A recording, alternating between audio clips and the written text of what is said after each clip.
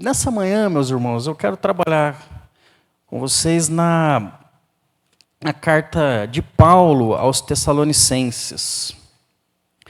1 Tessalonicenses, no capítulo 2, eu estarei lendo aqui para os irmãos, peço que os irmãos acompanhem aí. 1 Tessalonicenses, capítulo 2, dos versos 1 a 12. Então diz assim a palavra do Senhor em 1 Tessalonicenses 2, dos versos 1 a 12.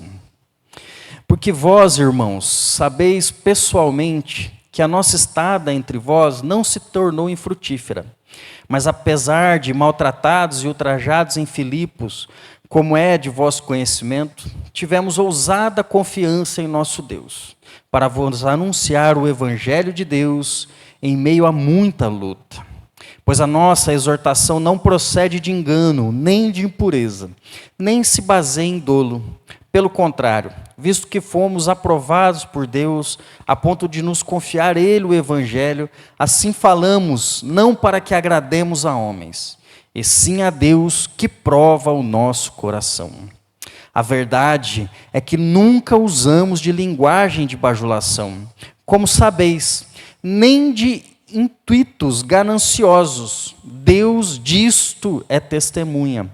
Também jamais andamos em buscando glória de homens, nem de vós, nem de outros.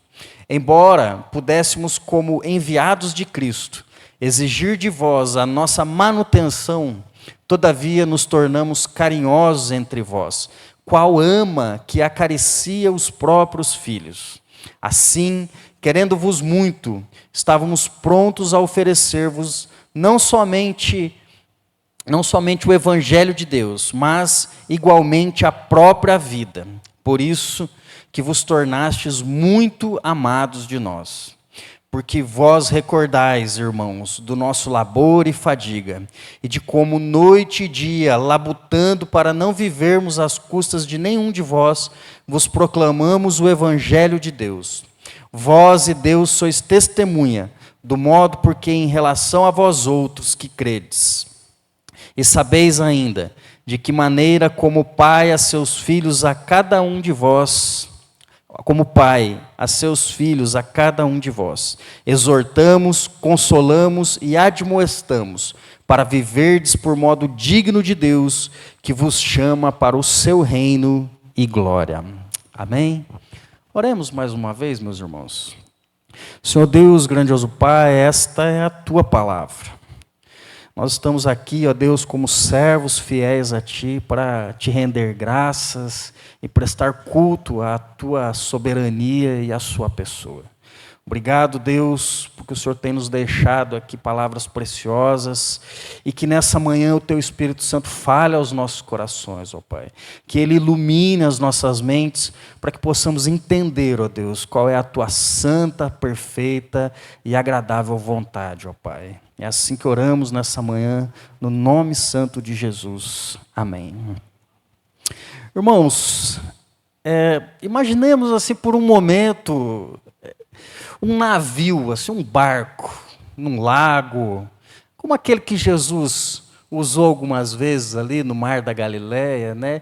E esse navio ele enfrenta ali tempestades, o mar revolto, né? No convés ali os marinheiros que são experientes, cada um desempenhando o seu papel ali com coragem, sem medo de enfrentar aquela situação. No meio dessa tripulação, meus irmãos, no meio desse navio, existe um capitão que o dirige. Um homem que tem uma visão clara, uma pessoa que é determinada e que não se abala perante as situações que possam acontecer ali, que sejam contrárias ali ao navio, ao barco.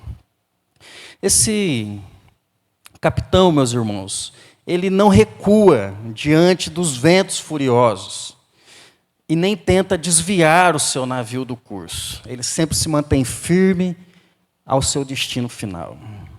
Esse capitão, meus irmãos, nós podemos dizer que, por uma ilustração, que ele representa muito bem a pessoa do apóstolo Paulo.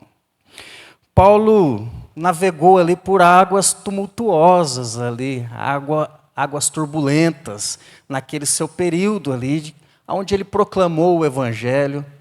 E ele realmente passou por tempestades, ele realmente passou por tribulações, mas ele nunca se desviou do seu caminho. Ele sempre se manteve firme para tratar do Evangelho como Cristo tinha ordenado a vida dele. Paulo, então, meus irmãos, como capitão, ele conduz a palavra de Deus com confiança. Em cada porto, ele encontrou alguma adversidade. Em cada cidade que ele passou, ele teve algum problema ou alguma dificuldade para falar do Evangelho de Cristo. Mas, mesmo diante das oposições, ele nunca vacilou na sua fé.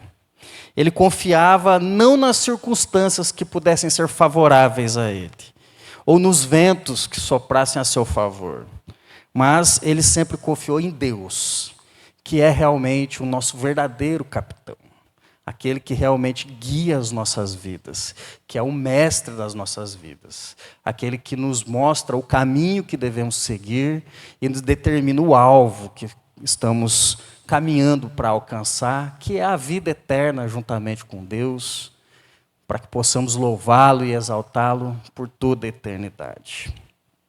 Um breve contexto aqui da carta de Paulo aos Tessalonicenses. Ela aconteceu durante a segunda viagem missionária de Paulo, quando ele estava ali acompanhado por Silas, Timóteo. O apóstolo chegou à cidade de Tessalônica, que era uma cidade portuária ali da região da Macedônia, e essa cidade era uma cidade importante para o Império Romano. E essa importância trazia algumas coisas a mais para a cidade. Ela era um verdadeiro caldeirão de diversidade e de pessoas. Ali tinham pessoas de diversas culturas, diversas religiões e diversos pensamentos. Tínhamos ali gregos, romanos e judeus, todos vivendo ali dentro daquela cidade.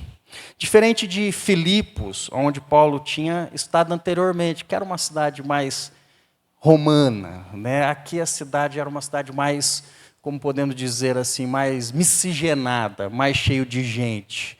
Não sei quantos aqui conhecem Cuiabá, no Mato Grosso, mas Cuiabá é uma cidade assim. Você chega lá, você tem gente de todos os lugares do mundo. Você encontra holandês, você encontra inglês, você encontra nordestino, paranaense, então ali é o reduto deles. E isso traz algumas dificuldades para a cidade, isso traz algumas diversidades ali de opiniões e de religião, principalmente. Cada um carrega consigo um pouco daquilo que ele tem do seu lugar, do seu país. Então, Paulo pega, então, desce nessa cidade ali, e ele chega ali e se depara com ídolos, com pensamentos filosóficos ali que vinham de Platão, pensamentos, meus irmãos, que traziam uma grande dificuldade em relação à imortalidade, que é um dos assuntos que nós defendemos de corpo e alma, né? Porque nós cremos que nós seremos ressuscitados, tanto de corpo quanto de alma, pelo Senhor Jesus Cristo, assim como Ele mesmo foi, né? E nós seremos exaltados, levados aos céus, né, juntamente com ele, de corpo e alma. E dentro desse pensamento filosófico, ele diz que somente a alma irá para um lugar superior, que o corpo ele é totalmente mau e ele ficará aqui nessa terra, perecendo aqui por toda a eternidade. Então a carta de Paulo, meus irmãos, ela é escrita a partir ali da cidade de Corinto, quando Paulo recebe as informações do seu ajudante, Timóteo. E ele recebe boas informações. Timóteo retrata ali e diz a ele que os irmãos ali perseveraram na fé. E eles, então, Paulo escreve visando encorajar e fortalecer aquela comunidade para se manterem realmente firmes como eles estavam. Paulo, então, enfatiza, meus irmãos, nessa carta, a esperança da volta de Cristo. Ele confronta, então, diretamente esse pensamento de imortalidade apenas da alma. E ele reafirma que existe a ressurreição de Cristo, como prova de que o corpo também será ressurreto. Antes de chegar, então, a Tessalônica, Paulo e Silas haviam sido expulsos de Filipos, por causa de controvérsias diretas ali com a jovem que tinha um espírito de adivinhação, né? E Paulo, então, expulsa aquele demônio e acaba com o lucro dos homens que se aproveitavam dela. Então, por causa disso, ele acaba sendo expulso daquele lugar. Quando ele chega, então, a Tessalônica, ele prega primeiramente nas sinagogas, onde o que era um costume de Paulo. Ele ia primeiro no seu povo judeu para falar do Evangelho de Cristo. E ali ele prega, diz a palavra, que por 3 sábados seguidos. E isso gerou uma inveja muito grande entre os judeus ali, e eles então o expulsam daquele lugar. Então a carta de Paulo, meus irmãos, ela não apenas celebra aqui uma fé robusta e verdadeira dos irmãos de Tessalônica, mas ela também serve como um lembrete do compromisso contínuo com o Evangelho, apesar das perseguições e desafios. O fato interessante que eu quero trazer aqui para os irmãos sobre Tessalônica é que essa cidade ainda existe.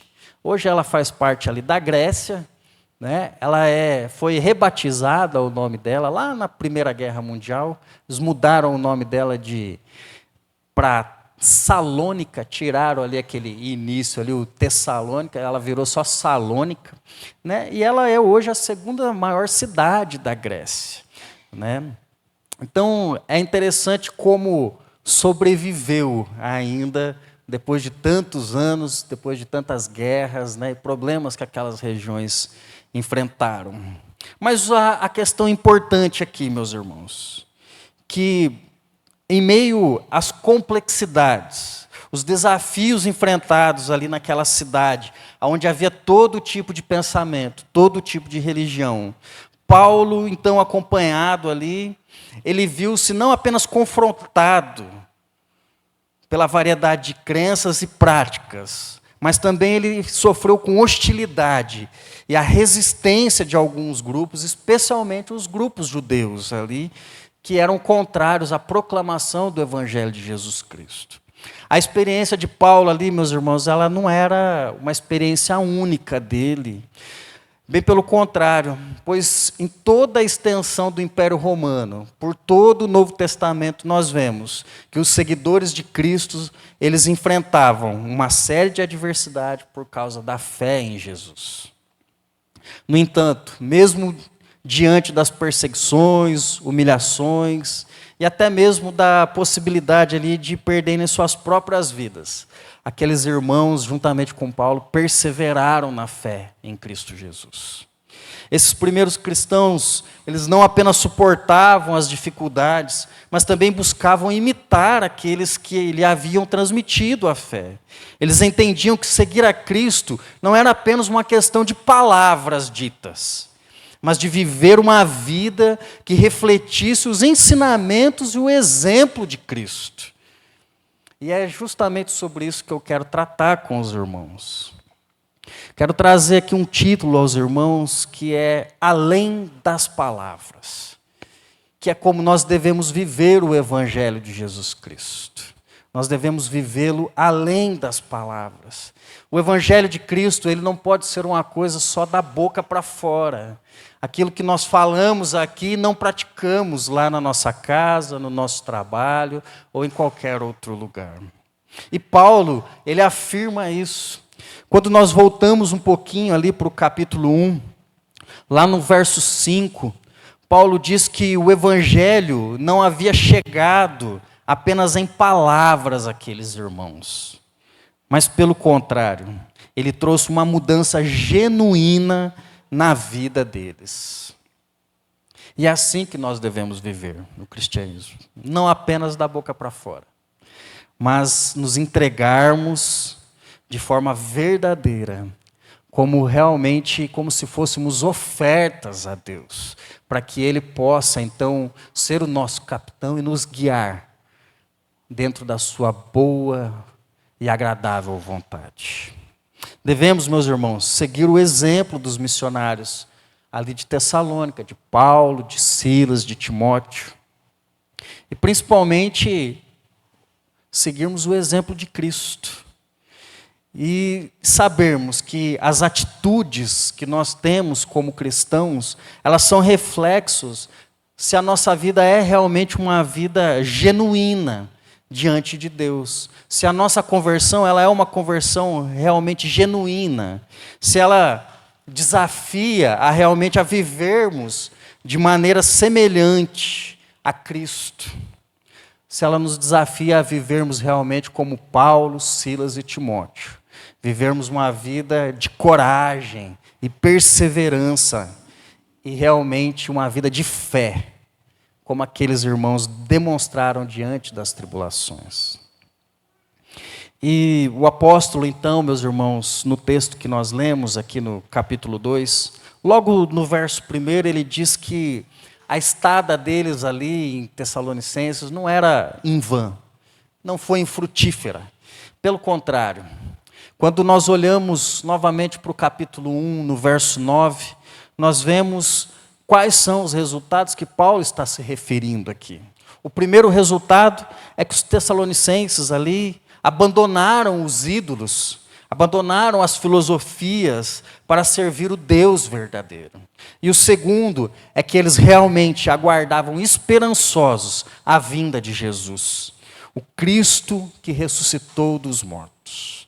Paulo, então, na parte B do verso, ele nos deixa, então, o primeiro exemplo que eu quero dar aqui para os irmãos, que nós devemos seguir para que possamos viver uma vida além das palavras, para que possamos viver o Evangelho além de um simples falar, além apenas da boca para fora.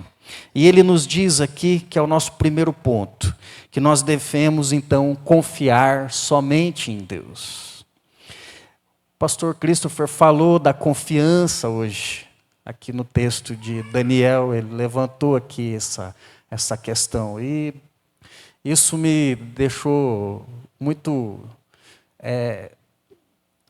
como que eu posso dizer assim, ao mesmo tempo que eu fiquei contente, né, pelo entendimento que ele teve ali da palavra, isso trouxe um peso sobre a minha vida, porque realmente nós muitas vezes queremos ser os donos das nossas vidas. Nós realmente queremos nos guiar pelas nossas próprias vontades, a confiar somente naquilo que nós podemos fazer. E quando Paulo aborda esse texto aqui, ele traz aqui uma perspectiva diferente. Ele mostra aqui, diz o texto, que tivemos ousada confiança em nosso Deus. Está ali na parte B ali do versículo 2. Ele diz, tivemos ousada confiança em nosso Deus. Mas o que é então a confiança aqui que Paulo está querendo falar? A confiança aqui, meus irmãos, a palavra usada por Paulo, ela tem a intenção de descrever uma forma de comunicação que seja franca. Que a pessoa ela fale de forma aberta, de forma corajosa. Especialmente em situações de risco e de perseguições, que era a situação de Paulo.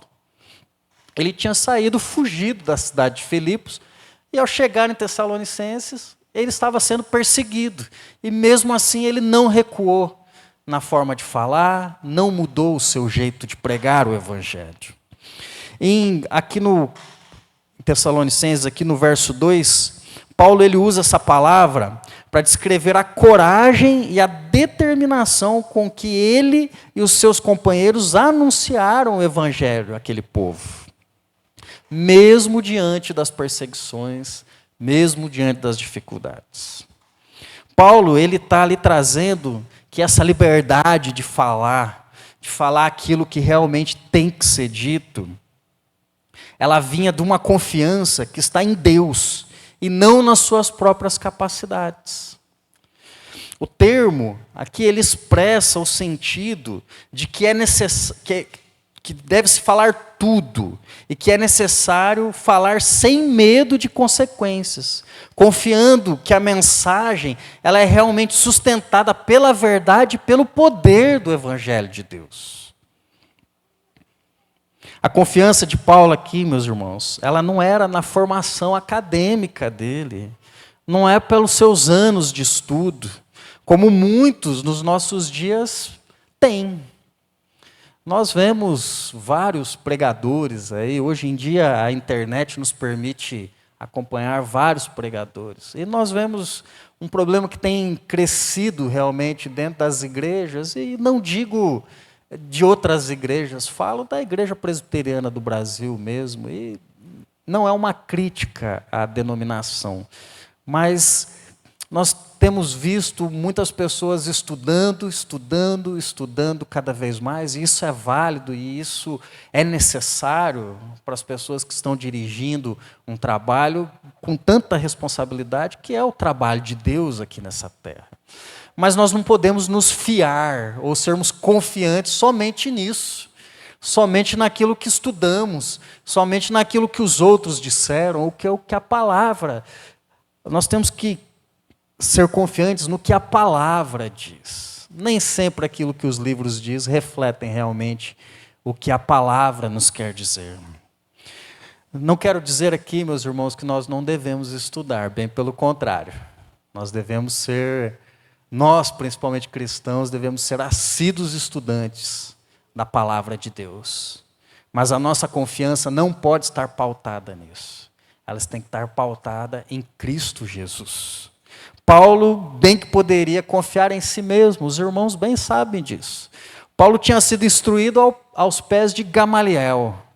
Naquele período era uma pessoa proeminente, um dos homens mais sábios do seu tempo, e que era respeitado não só pelos rabinos, pelos judeus, mas ele era respeitado por toda a população, diz as Sagradas Escrituras. E Paulo foi ali instruído a seus pés, como se fosse assim, eu era o braço direito de Gamaliel, eu era o seu pupilo, era a minha pessoa que ele estava treinando, para que talvez um dia assumisse a sua posição. Mas Paulo diz que não era nisso que ele se firmava. Paulo não se firmava na sua própria carne, como ele mesmo afirma na carta que escreve aos Filipenses. Lá em Filipenses 3, nos versos 4 a 6, ele diz que é verdade que eu também poderia confiar na minha carne. Se alguém pensa que pode confiar na carne, eu ainda mais. Dentro das tradições judaicas, ele diz que ele foi circuncidado no 8º dia. Ele era da linhagem de Israel, da tribo de Benjamim, hebreu de hebreus. Quanto à lei, ele diz que era fariseu. Quanto ao zelo, perseguidor da igreja. Quanto à justiça que há na lei, irrepreensível. Paulo poderia ter confiado em si mesmo, meus irmãos.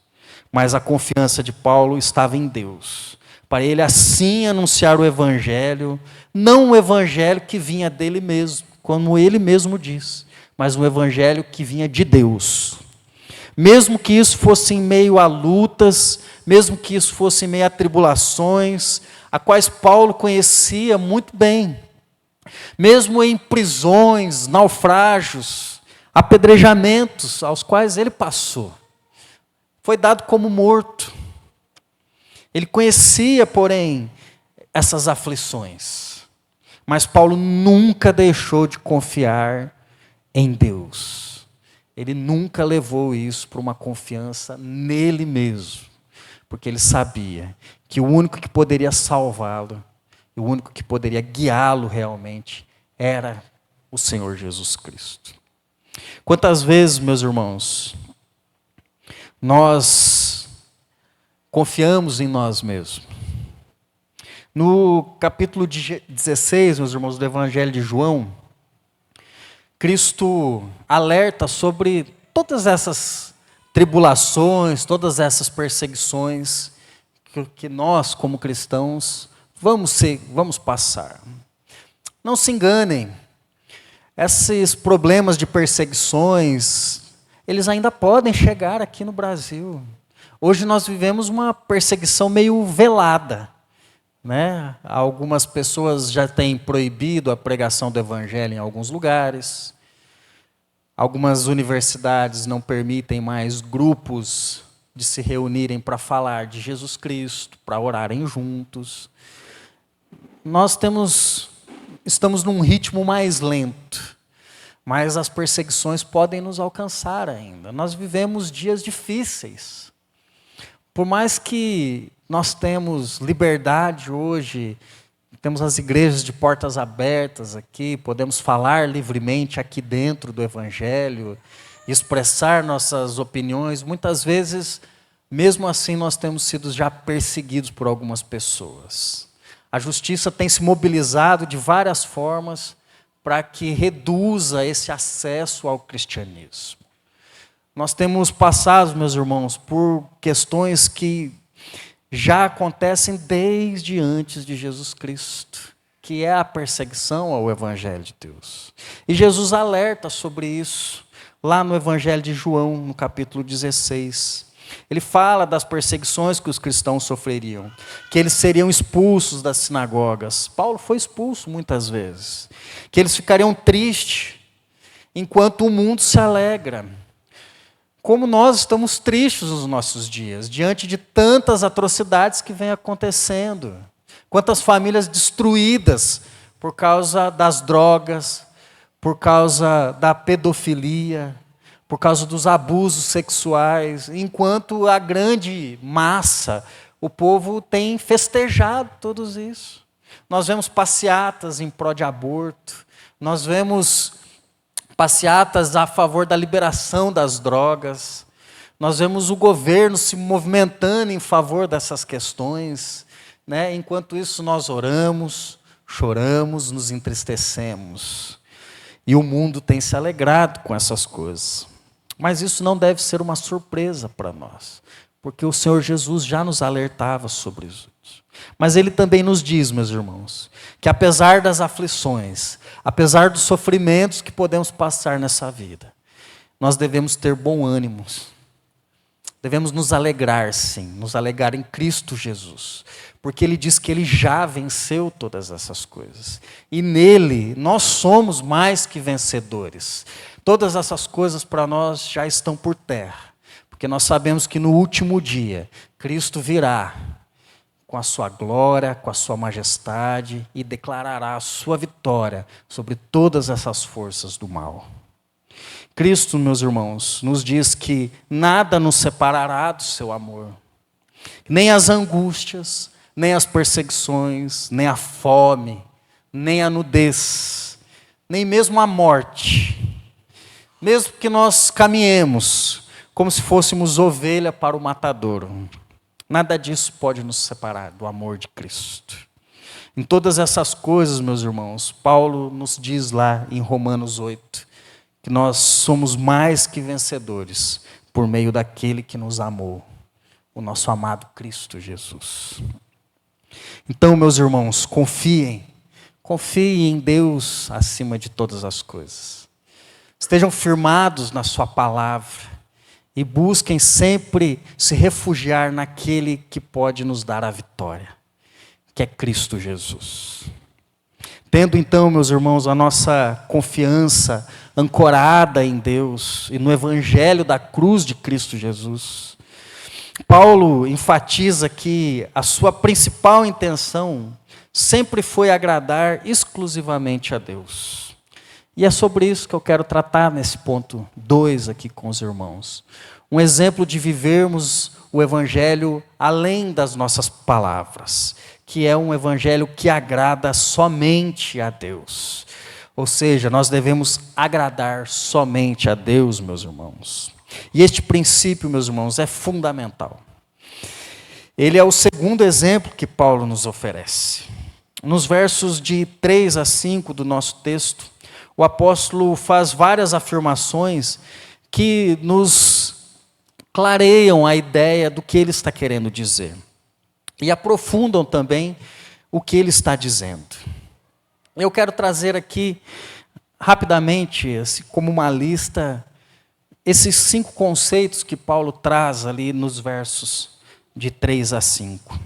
Ele diz primeiramente que a sua exortação não procede de erros, pois ela vem do próprio Deus. Em segundo lugar, ele diz que ele não teve intenções impuras.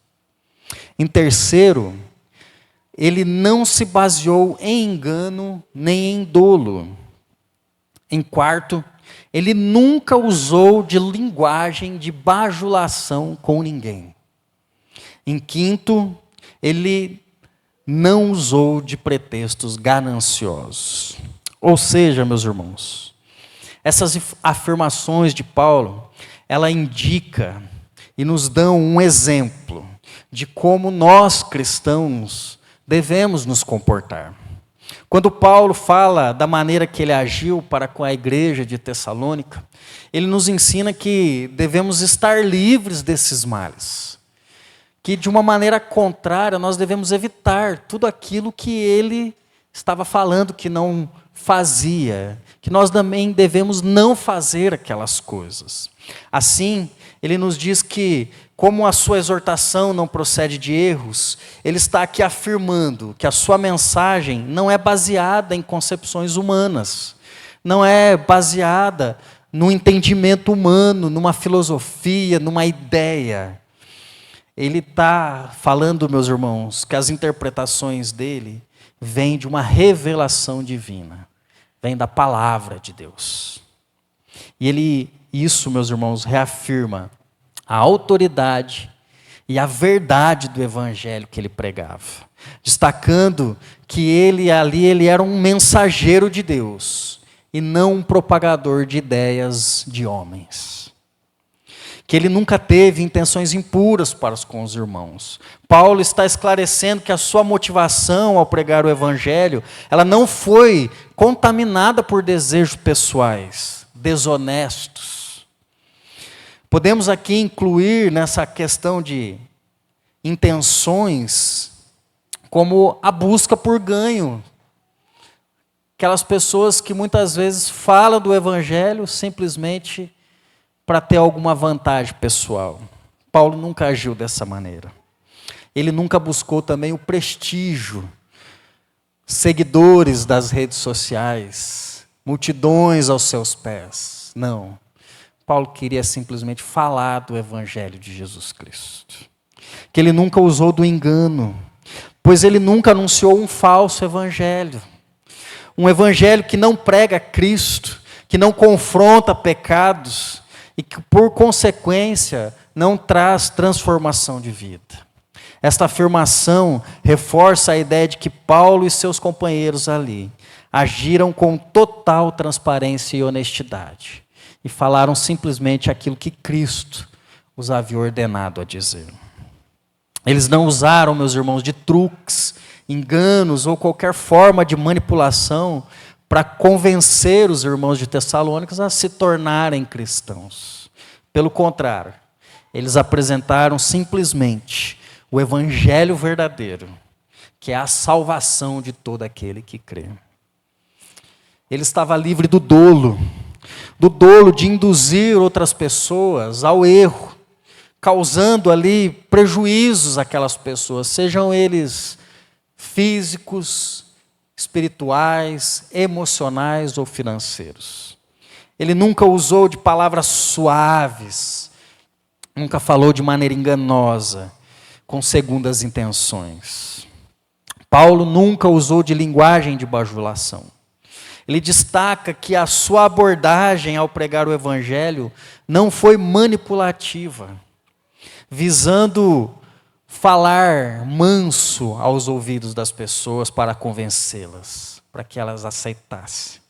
Ele, na verdade, meus irmãos, quando olhamos para os textos de Paulo, ele evita todas essas coisas. Ele evita apelar para o sentimento das pessoas, como muitos pregadores têm feito nos nossos dias. Falam palavras agradáveis, palavras que nos levam à emoção, mas que não nos trazem transformação de vida. Paulo sempre evitou essas coisas, pois ele se concentrava apenas em falar do evangelho de Cristo. E os seus pretextos, meus irmãos, como ele diz, nunca foi ganancioso. Ele nega qualquer acusação que poderia haver sobre a vida dele, sobre a exploração. sobre ter usado o seu ministério para um benefício pessoal, para ganhar dinheiro. Ele assegura que a motivação ao pregar o evangelho não estava ligada a riquezas. Bem pelo contrário. Paulo ali, no seu modo de agir, as atitudes deles mostram que ele sempre trabalhou por seu próprio sustento. Em vários locais a gente consegue ver isso. Ele assegura então, meus irmãos, que a motivação dele não era por ganância. Meus irmãos, o nosso modo de agir, o nosso modo de nos comportarmos, ele revela quem realmente somos. Às vezes nós podemos falar algumas coisas que nós não realmente vivemos. Muitas vezes nós falamos uma coisa e fazemos outra. Antigamente, eu tenho 44 anos de idade. Quando eu era criança, eu me lembro muito de um ditado que era dito no meio da minha família, quando mandavam a gente fazer alguma coisa e a gente questionava. Olhava para a gente e falava assim, ó, faça o que eu mando e não faça o que eu faço. Muitas vezes nós somos essas pessoas, que falamos uma coisa e vivemos de outra forma. A maneira que agimos, meus irmãos, dentro da igreja ou fora dela, mostra se realmente queremos ou vivemos uma vida que agrada a Deus, ou se estamos apenas buscando uma aprovação exterior das pessoas que nos rodeiam. Paulo, ele nunca pregou o que o povo queria ouvir, mas o que o povo precisava ouvir. Nós nem sempre falamos aquilo que as pessoas realmente precisam ouvir sobre Deus. Muitas vezes nós não queremos nos desgastar com as pessoas da nossa família, com as pessoas do nosso trabalho, das pessoas que nos rodeiam. Muitas vezes nós queremos ficar bem com todo mundo. Queremos ser aquela pessoa legal que todo mundo gosta. Seja com as nossas amizades, seja no nosso trabalho. Muitas vezes as pessoas nem sabem que somos cristãos. Eu já tive o desprazer de trabalhar com uma pessoa que se dizia cristã, era ativa na igreja, e eu trabalhava com vendas, durante muitos anos eu fui vendedor, e ele era um vendedor junto comigo ali. E um dia, um cliente dele, de muitos anos, ele já atendia aquele cliente há pelo menos 2 anos. O cara olhou para ele e falou assim, fiquei sabendo que você é crente. Aí eu estava sentado na mesa do lado, né, eram umas mesas conjugadas assim. Ele, pois é, eu sou sim, eu sou de tal igreja já há muitos anos. Tal. Ele, rapaz, não parece, hein? Se ele não me dissesse, eu não ia saber. Meus irmãos, muitas vezes é assim que as pessoas dentro da igreja estão. Aqui dentro, vestem o terno do crente. E lá fora vive uma vida de agente secreto. Ninguém sabe se ele realmente é crente ou não. Ali ele está simplesmente escondido. Não vive uma vida realmente como o Evangelho condiz, manda que nós vivemos. E, meus irmãos, os cristãos, desse jeito, eles vivem em 2 mundos. Eles separam a igreja, a sua vida religiosa, da sua vida do dia a dia. E não é assim que a Bíblia nos ensina. Ela nos ensina que devemos viver a nossa vida totalmente entregues a Deus. Totalmente como cristãos verdadeiros, tanto dentro quanto fora da igreja. Paulo, ao falar sobre isso, meus irmãos, ele diz que para vivermos um evangelho além das palavras, nós temos que nos posicionar de maneira firme em qualquer lugar que estejamos. Assim como Paulo fazia. Quando nós olhamos lá para a carta de Paulo aos Gálatas, lá no capítulo 1, no verso 10, o Paulo fala abertamente sobre isso. Ele diz, lá em Gálatas, versículo 10 do capítulo 1, que por acaso eu procuro agora o favor das pessoas ou o favor de Deus? Ou procuro agradar pessoas? E ele completa dizendo, se ainda estivesse procurando agradar pessoas, eu não seria servo de Cristo. Paulo jamais, meus irmãos, faria algo que não fosse agradar, antes de tudo, a Deus. Ele sabia que Deus não vê somente a aparência das nossas atitudes, como os homens veem, mas Ele vê o nosso interior. Ele conhece os intentos dos nossos corações. Nós podemos, por algum tempo, enganar as pessoas que nos rodeiam, vivendo uma vida de aparência, mas não a Deus. O profeta Jeremias diz que, lá no profeta Jeremias, Deus diz que Ele é o Senhor que esquadrinha o coração e prova os pensamentos. E Ele faz isso para dar a cada um, segundo o fruto das suas ações. Existe sim, meus irmãos, uma recompensa em relação à vida com Deus. E nós sabemos que ou é a vida eterna ao lado de Cristo, ou é a separação eterna de Cristo. E esse é o fruto das nossas ações aqui na terra. Ou vivemos uma vida que realmente dispostos a agradar a Deus e viver uma vida fiel a Deus, para que possamos realmente, no último dia, estarmos com Cristo. Deus nos conhece, meus irmãos, intimamente. Ele sabe todas as coisas. Ele sabe tudo sobre nós. Então nós devemos viver uma vida que seja de aparência, mas uma aparência verdadeira a Deus, sem se preocuparmos com as pessoas que nos rodeiam. E em terceiro lugar, meus irmãos, terceiro e último lugar, eu quero tratar com os irmãos sobre o amor e o zelo diante disso tudo. Nós devemos confiar somente em Deus. Nós devemos também ter a nossa vida entregue a Deus sempre, totalmente. Mas nós também devemos viver uma vida que reflita amor e zelo para as coisas de Deus e para com o próximo. Paulo, antes da sua conversão, como nós lemos lá no começo, ele era, como ele diz ali, com o zelo, ele era perseguidor da igreja, no seu zelo. Ele era uma pessoa extremamente zelosa pela lei judaica. E esse zelo, juntamente com aquela interpretação errada, aquela interpretação humana da lei, a qual ele foi instruído, ele se tornou mestre daquilo ali, mas ele também se transformou num dos mais cruéis perseguidores da igreja.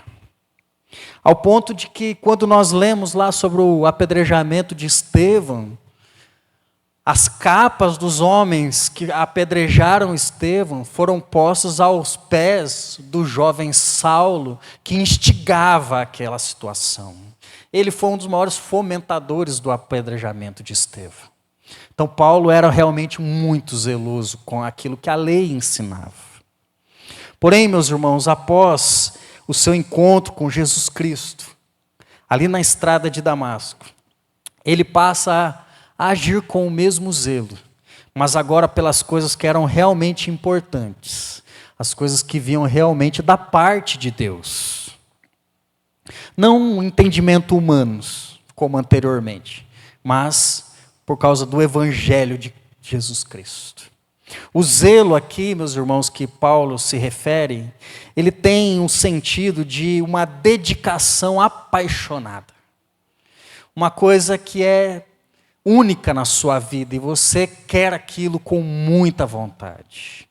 Essa dedicação a Cristo fez com que Paulo jamais buscasse o elogio de homens, como nós já vimos, nem daqueles que estavam dentro da igreja e muito menos os de fora dela. Ele nunca procurou divertir as pessoas, mas ele sempre procurou alimentá-las com as palavras de vida eterna que são contidas no Evangelho de Jesus Cristo. E isso tudo, meus irmãos, é um reflexo. Tudo isso é uma consequência do seu zelo pelas coisas de Deus.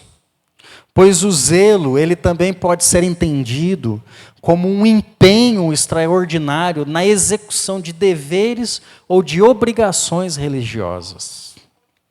Ou seja, nós devemos nos empenhar de uma forma quase que sobre-humana para com as coisas de Deus.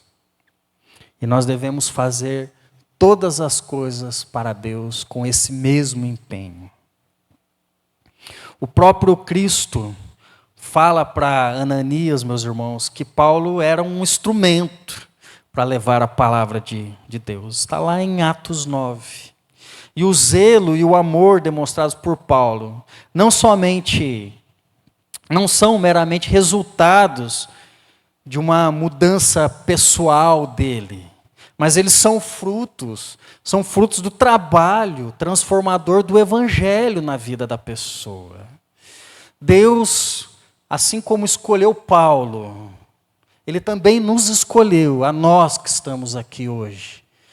Nós também fomos chamados, assim como Paulo, para sermos instrumentos da sua palavra, para levarmos o Evangelho. Esse é o chamado de todo crente, ser uma testemunha viva do Evangelho de Cristo.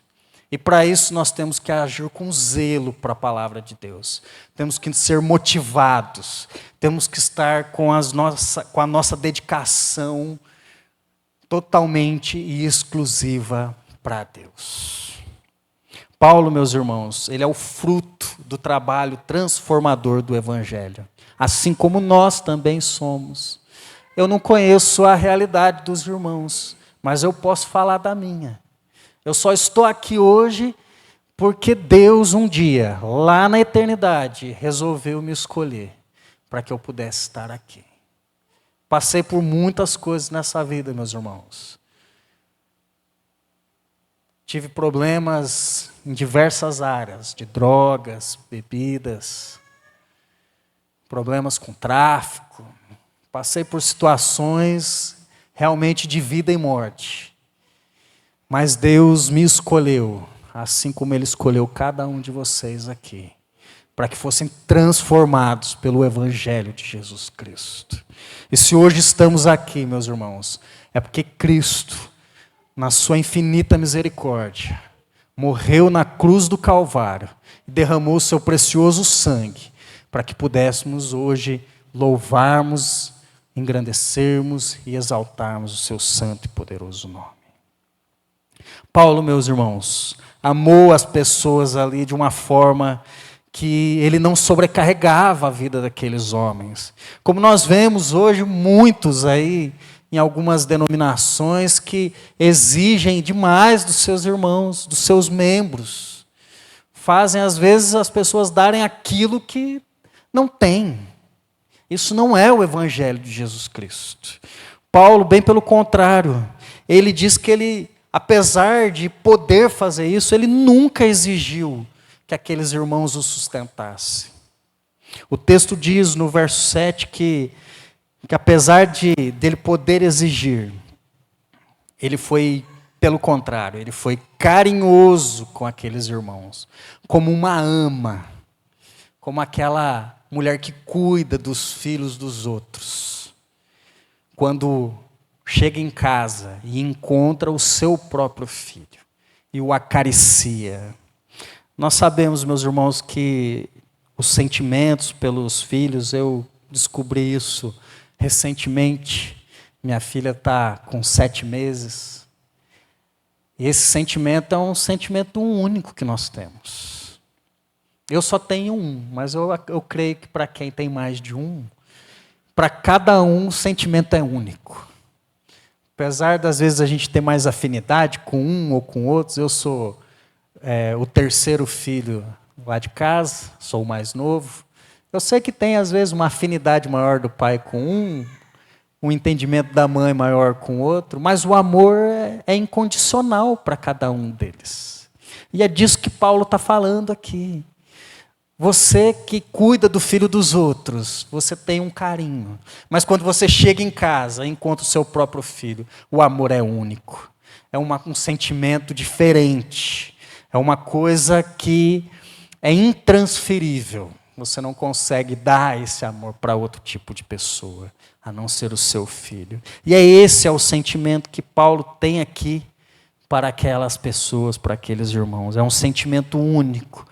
Um amor apaixonado por aqueles irmãos.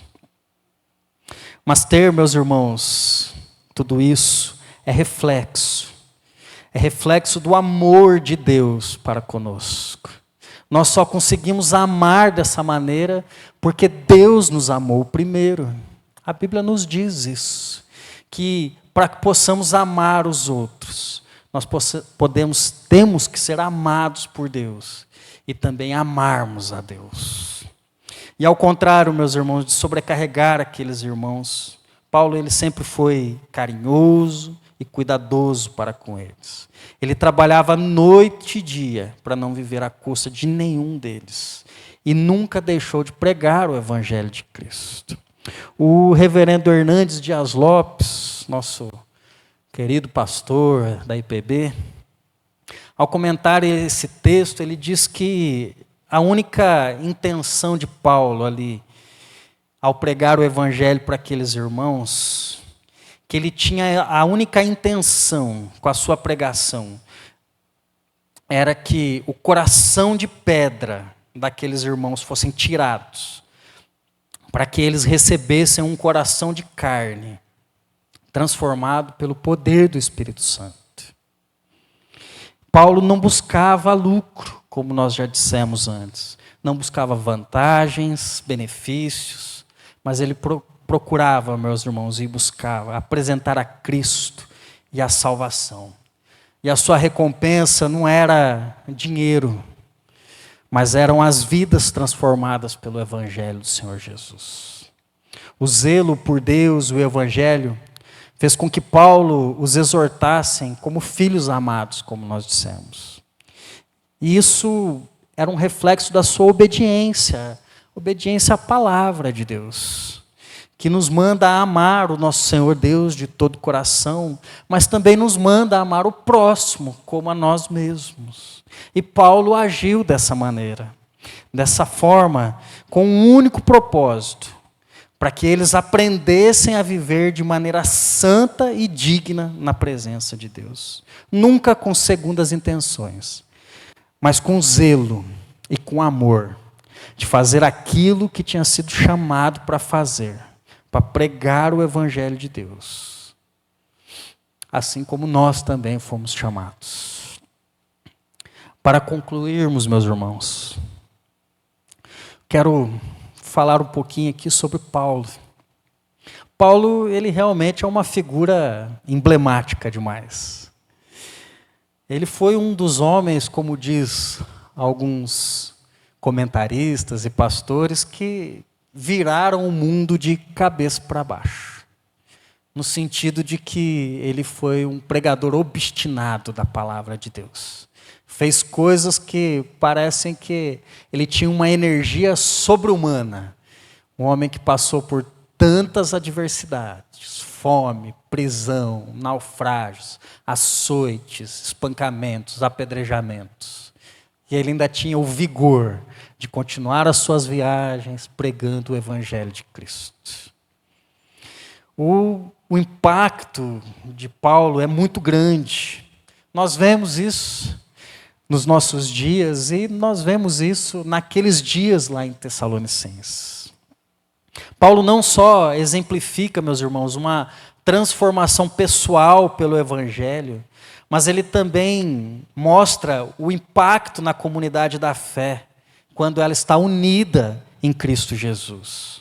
A sua jornada de um zeloso perseguidor da igreja a um missionário apaixonado, mostra não apenas uma mudança pessoal, mas também como ele trabalhou dentro e para o Evangelho.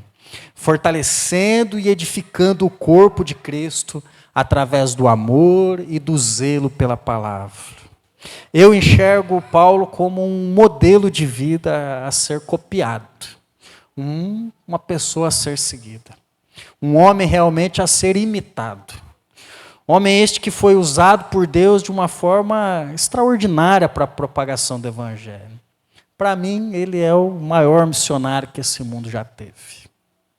Em todos os tempos. Um homem que foi alcançado e transformado pelo Evangelho. Um homem que realmente entendeu qual foi o sacrifício da cruz de Cristo. Um homem que se manteve fiel pelo poder do Evangelho. Um homem, meus irmãos, que não temeu falar da palavra de Deus, mesmo diante da sua morte. Mesmo vendo a morte de frente, ele foi fiel à palavra de Deus.